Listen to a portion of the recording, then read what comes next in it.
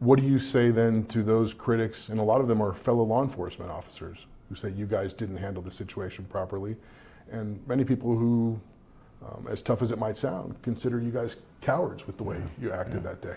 I strongly disagree, and again, opinions vary, sir, and they're going to, but I can tell you that probably 100% of those people hadn't been in a situation like that before. Do you feel like you guys are being singled out, scapegoated? By all means, since the very beginning, sir. I've been scapegoated from the very beginning. Nearly 400 law enforcement agents responded to the Robb Elementary shooting scene on May 24, 2022. Arredondo has now been charged criminally for his actions that day, facing multiple felony counts of child endangerment. He and his lawyer, Paul Looney, sat down with CNN and spoke for more than an hour about the shooting. I keep thinking about, what are the questions that the victims' families would want to ask you? And I think ultimately it all kind of boils down to is like, how come officers didn't go into that room sooner? Right.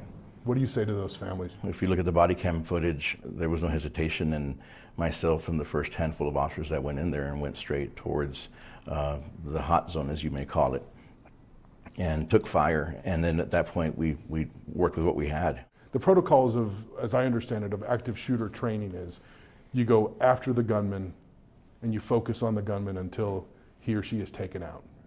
That didn't happen in this case. Why not?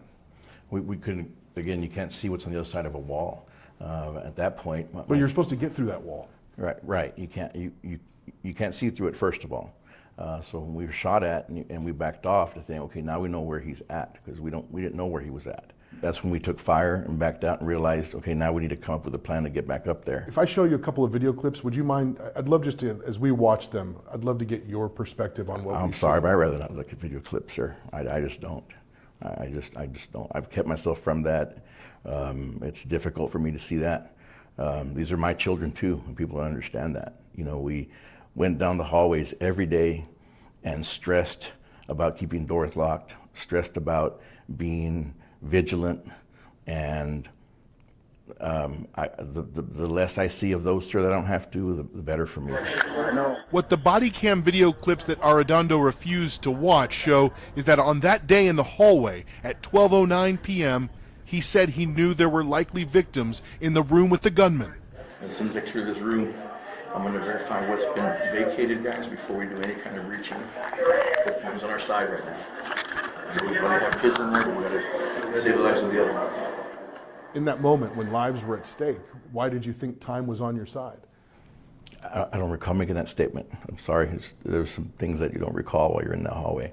As we've watched body cam footage of what happened and how those 77 minutes unfolded inside Robb Elementary, you're on those tapes constantly giving orders to other officers. We're going to clear out before we do any reaching. We're going to clear out these kids. The sense is that those officers were deferring to you as the lead officer. So why shouldn't you bear the brunt of the responsibility of how all that unfolded? Sure, and it's natural for me to give direction with what information you have while you're in there. And again, limited information was there on the inside. No entry till the chief of police gives you permission there. Arredondo now claims there were state police officers from the Texas Department of Public Safety who arrived after him, who should have set up an incident command post and taken control of the scene. The guidebook tells you the incident commander does not stand in a hallway and get shot at. Incident commander is someone that's not in the hot zone and is in another location. You ready for friendlies? No, wait, nobody entry. Do you think you made any mistakes that day?